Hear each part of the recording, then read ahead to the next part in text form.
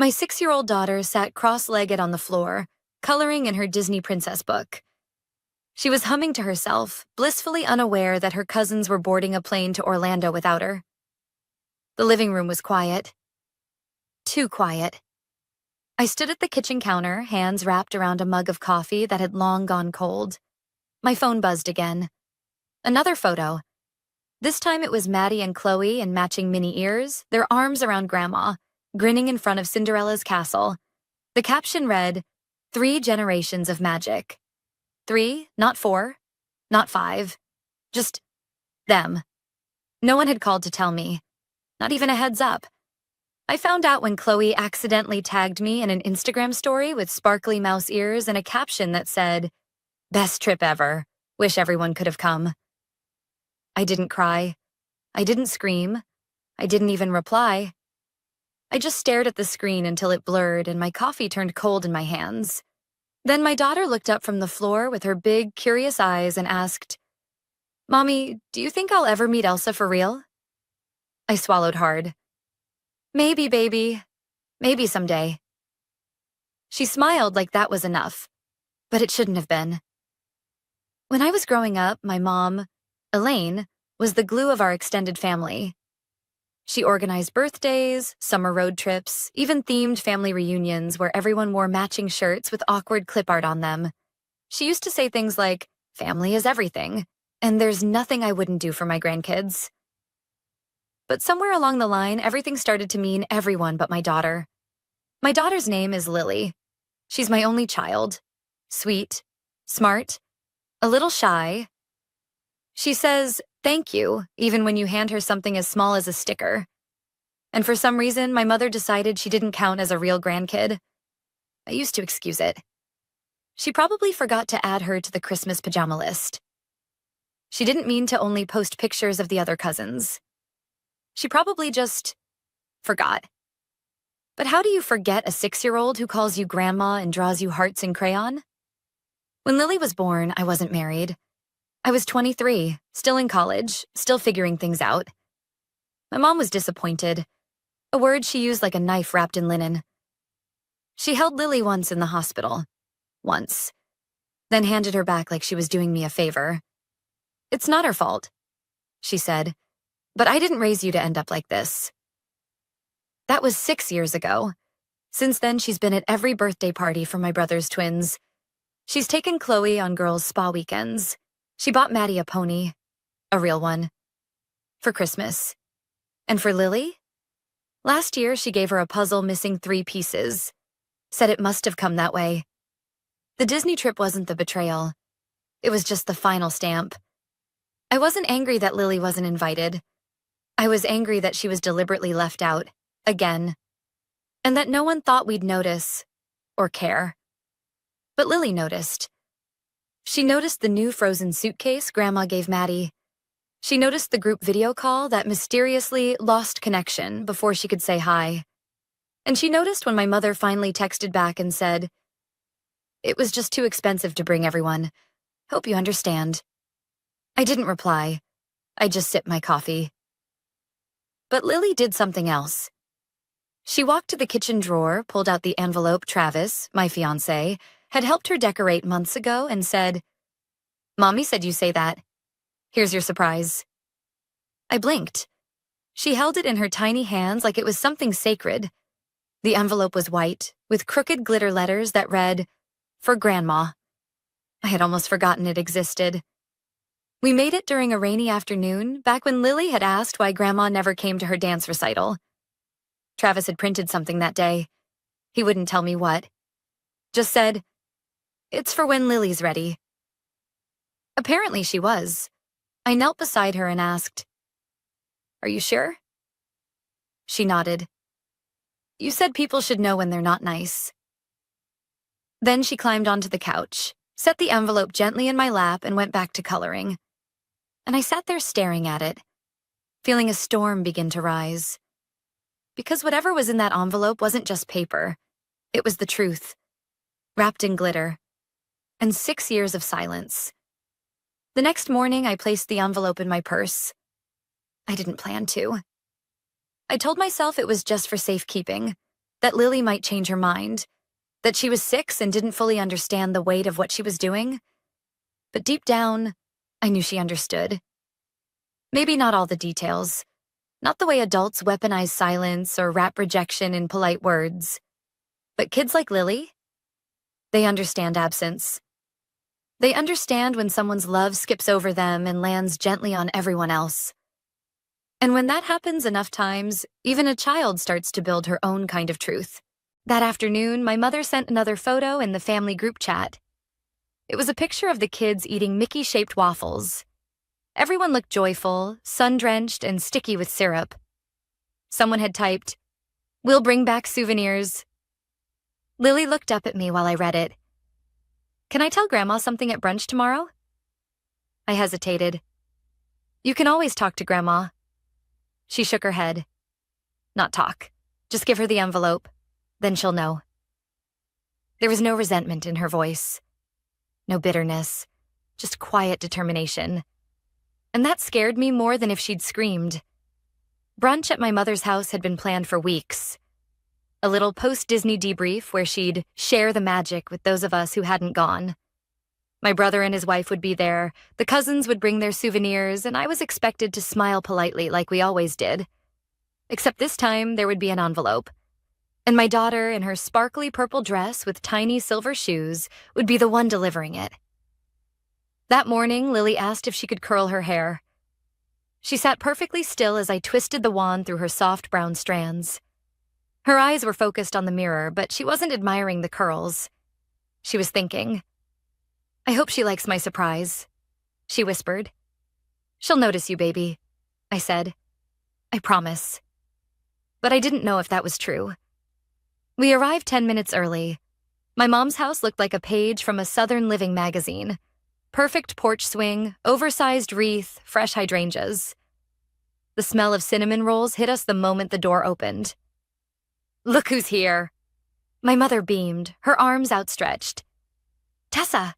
And little Lily, look at you.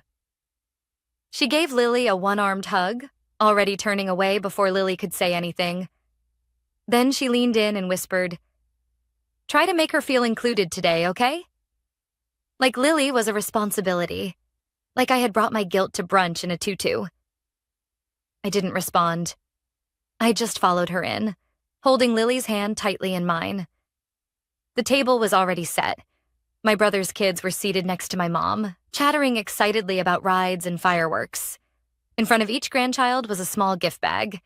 Disney-themed, shiny, full. Lily didn't have one. My mom glanced over. "Oh, sorry, sweetie. I didn't know you were coming today." "I've never missed brunch," I said, trying to keep my voice level. "Well," she smiled, too wide. "We'll find her something later. Maybe a cookie?" Lily didn't say a word. She just sat quietly, legs swinging under the chair, her envelope pressed between her palms. No one else seemed to notice. But I did. I noticed the way she stopped making eye contact. I noticed the way she folded her napkin 3 times before placing it gently on her lap. I noticed the way she stared at the other kids' goodie bags without blinking. That's when I leaned in close and asked, "Do you want to give it to her now?" She looked up at me, small but steady. Yes. It happened after the dishes were cleared and the mimosas were poured. Lily stood up slowly, walked around the table, and stopped right in front of my mother. "Grandma," she said softly. My mother looked at her, still smiling but distracted. "Yes, sweetheart?" Lily held out the envelope. "You forgot me again. Mommy said sometimes people don't remember unless they see it." She placed the envelope gently in my mother's lap and walked back to her chair without another word. The room fell still.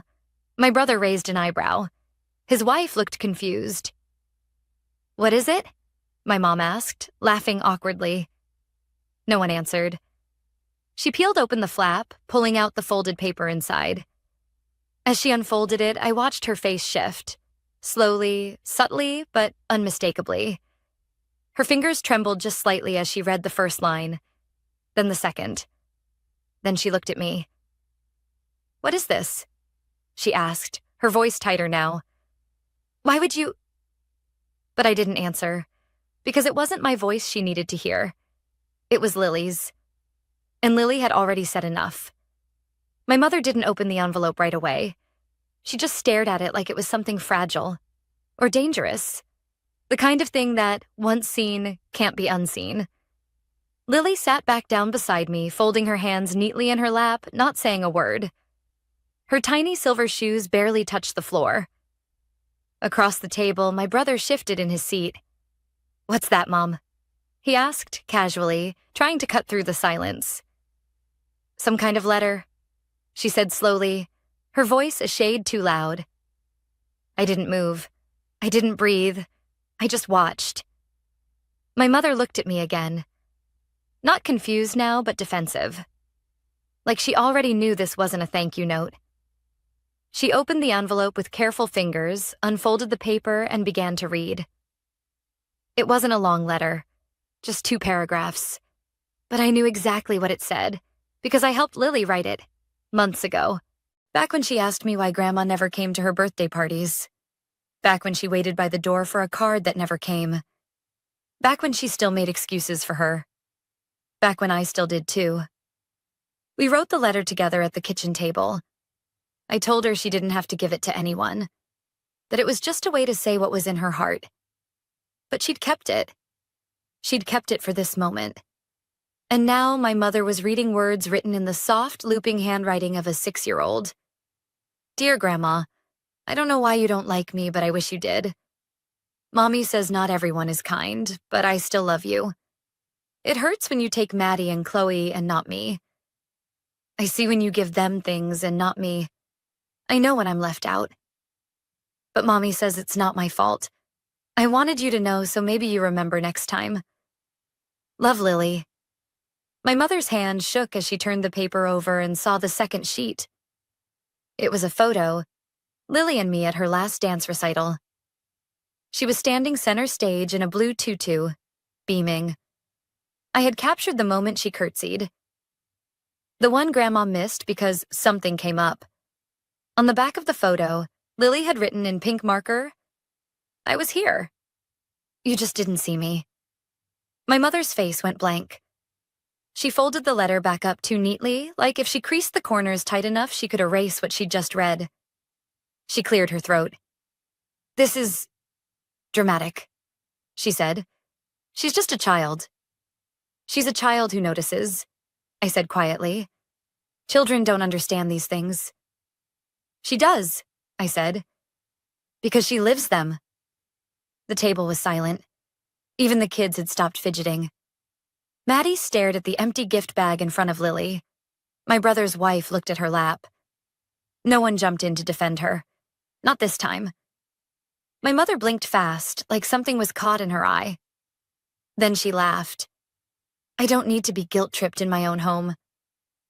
"No one's guilt-tripping you," I said. "She just wanted you to see. She's 6. She's 6, and she knew enough to bring this." There was a pause.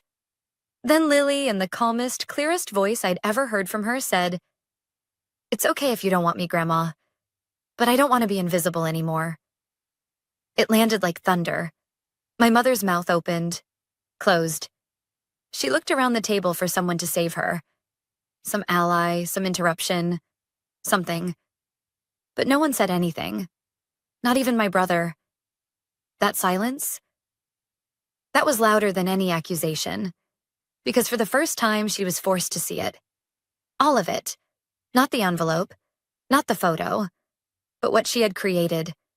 A child who had to learn at 6 years old how to speak her pain in writing.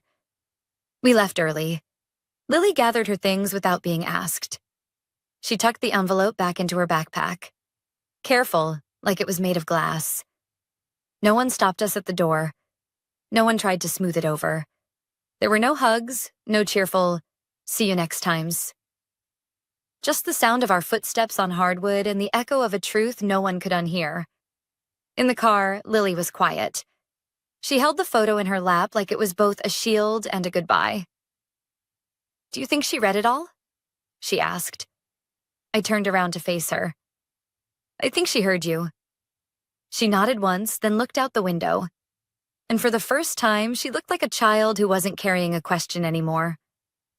That evening, Travis got home just after sunset. I was sitting at the kitchen table with Lily, helping her peel off the stickers she'd accidentally layered too tightly onto her workbook. Her little fingers worked at the edges, concentrating, focused, not on the mess of the day, but on this one small task she could control. He kissed the top of her head. "Hey, sweetheart." She looked up at him. I gave Grandma my surprise. Travis glanced at me. "She did," I said, and she was perfect. He didn't ask what happened next. He didn't have to. He just sat beside her, resting his chin on his hand as she peeled off another sticker. "You were brave," he said quietly. Lily nodded once. Then she stood, grabbed her backpack, and headed to her room. She didn't say much that night. Didn't cry. Didn't ask what would happen next. And somehow, that silence said more than words could. When the house was quiet, I pulled Travis aside and told him everything. How the brunch unfolded, how Lily stood up, how she spoke, and how my mother didn't. "She folded the letter like it was trash," I said, pacing now, my hands curled into fists. Like Lily's pain was an inconvenience. Travis leaned against the counter, arms crossed. "She's never going to change," I said. "She didn't even look sorry." "No," he said. "She didn't." I looked at him. "So what now? Do we wait for her to reach out? Do we act like it didn't happen? Again?" He was quiet for a beat. Then he said, "We don't wait for anyone." The next morning, I woke up to a single unread message on my phone. It was from my mother. "I'm sorry if Lily felt left out. I'll try to be more mindful next time. But I really don't appreciate being ambushed like that. You could have talked to me privately." No mention of the letter. No mention of the photo. No apology to Lily. Just a soft shuffle of blame disguised as diplomacy. I stared at the screen for a long time. Then I placed the phone face down and didn't reply. I didn't need to, because this time, silence belonged to me. In the days that followed, there were no follow-up calls. No awkward check-ins. No, "Maybe we should talk." Just distance. And oddly, it felt like peace. I wasn't navigating group chats where Lily's name was forgotten. I wasn't watching holiday plans be made around her absence. I wasn't editing my tone to avoid being too sensitive. We were just living. One evening, Lily and I made pancakes in the shape of stars. We burned 3 before getting one right. We laughed the kind of laugh that bubbles from your belly. Unforced, pure. After we cleaned up, she asked if we could send the extra ones to our elderly neighbor, Miss Rita, because she always gives me strawberries. She wasn't thinking about the envelope anymore. She wasn't waiting by the door for someone who never showed up. She was just being a kid. And that shift, it was like watching something uncoil from around her spirit. That weekend, we went to the park as a family. Lily brought her scooter, Travis packed snacks, and I left my phone in the car. We laid on the grass, watching clouds drift across the sky, naming them. "That one looks like a castle," Lily said. I pointed. "That one's a pony." "That one looks like a mouse," Travis added. Lily laughed. "A Mickey Mouse?" We all laughed with her. She didn't say it with resentment. She just said it like a child naming shapes in the sky. Like Disney wasn't a wound anymore. Like it was just another place. And that was when I knew we had already found our magic. Later that night, while Lily was asleep, I opened the drawer in my nightstand. Inside was the original copy of the letter. The one we'd written together before Lily copied it in her own hand. I smoothed it out gently, reading the words again. I know when I'm left out. There was a time when I thought protecting Lily meant shielding her from the truth, covering it up with distractions, soft lies, and second chances no one had asked for. But now I knew better. Protecting her meant helping her speak, even if it made people uncomfortable, even if it made me the villain in someone else's story, because my job wasn't to keep the peace. It was to keep her safe. A few days later, Lily came home from school with a paper crown on her head. "We were all princesses today," she said proudly. She didn't need Grandma to tell her she was special. She didn't need matching ears or glitter bags. She had her voice. And she had us. And that, finally, was enough. It had been a week since the brunch. 7 days since Lily placed her envelope on the table like it was a truth wrapped in paper and glitter. 7 days since we walked out of my mother's house and didn't look back. And not a single word since. Not from her, not from my brother, not from anyone in that room. You'd think that silence would hurt, that it would feel like a wound. But it didn't. It felt like a door had finally closed. And this time, we weren't standing on the outside. We were just somewhere else. Somewhere better. It was a quiet Saturday morning. The sky was overcast, the kind of gray that made you want to stay in pajamas and build forts out of sofa cushions. Lily was doing just that, arranging blankets and couch pillows into a crooked castle in the living room. I was folding laundry when I heard the mail slot click. At first, I didn't think anything of it. A few envelopes slid onto the hallway floor. Bills, probably. Flyers, coupons for pizza. But there was something else. A small padded envelope. Pale yellow with glittery stickers clumsily stuck along the back seam. I picked it up. No return address. But Lily's name was written on the front in rounded handwriting, the kind that still hesitates over every Y and loops every L. I walked back into the living room and handed it to her. "You got mail, Princess." She looked up from her blanket throne, curious. "For me?" I nodded. She opened it carefully, fingers gentle and deliberate. Inside was a small silver bracelet with a heart charm and a folded note. She read it out loud. "Dear Lily, I'm sorry Grandma was mean. You're my cousin forever. I picked this with my allowance. I hope you like it. Love, Maddie." Lily looked at the bracelet for a long moment, then slipped it onto her wrist. She didn't ask if she could wear it. She just did. Then she looked up at me. "She picked it for me?" I nodded. "All by herself, I think." Lily's eyes softened. "That's nice." That was all she said, but I could see something shift in her expression. A little door cracked open again. Not to the past, but to something new. Something real. That afternoon, I sent Maddie a message. Just a simple one. "Thank you for the bracelet. Lily is wearing it right now. You made her smile today." Maddie responded with a heart emoji and said, "I miss her. Can we play sometime? Without Grandma?" And for the first time in weeks, I felt something like hope. Later that night, I told Travis about the bracelet. He was quiet for a moment, then nodded. "Kids always know who's real." "Do you think Mom put her up to it?" I asked. He shook his head. "Number, that kind of thing doesn't come from guilt. It comes from love." He was right. Maddie had seen it too. Maybe not all of it. Maybe not in the same way, but enough. Enough to recognize hurt. Enough to offer a piece of kindness. And maybe enough to start something different. I don't think my mother will ever admit what she did. Not really. People like her, they don't always say, "I was wrong." They just shift the blame, rewrite the past, pretend it was all misunderstood. But Lily's letter? That can't be undone. And Maddie's bracelet? That was proof. Proof that one brave act, one glittery envelope delivered with quiet grace, had cracked the performance.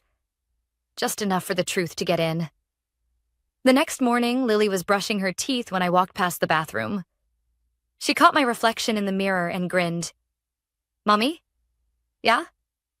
I think I want to make a card for Maddie." "That's a great idea. With stickers and glitter." "Of course." She paused, then added, "But no envelope.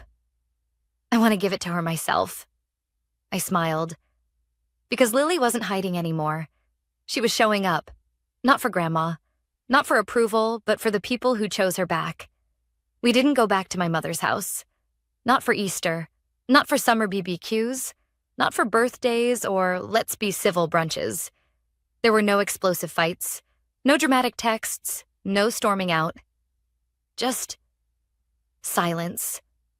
A slow withdrawal of something that had already been hollow for years. And for the first time in a long time, that silence didn't feel like punishment. It felt like space. The kind of space where something better could grow. People always talk about cutting off toxic family like it's a single moment. A slam door, a pointed finger, a final blow. But in real life, it's usually quieter than that. It's a child noticing who didn't show up. It's a gift bag left missing. It's the pause in a grandmother's voice when she says, "the grandkids," and doesn't mean all of them. It's 1,000 little omissions that add up to a truth you can no longer ignore. I kept Lily's letter, the original one, the first draft we wrote together on lined paper at the kitchen table. It lives in the same drawer where I keep her hospital bracelet, a lock of her baby hair, and the photo of her first steps. Not because I want to remember the pain, but because I want to remember the moment she decided to name it. She didn't scream. She didn't beg. She just stood there in her little silver shoes, handed over an envelope, and said, "You forgot me again." There was something so clear about it, so calm. It wasn't a demand to be loved. It was a declaration that she had noticed. And once a child sees something for what it really is, there's no putting it back in the box. A few weeks after the brunch, we made new plans.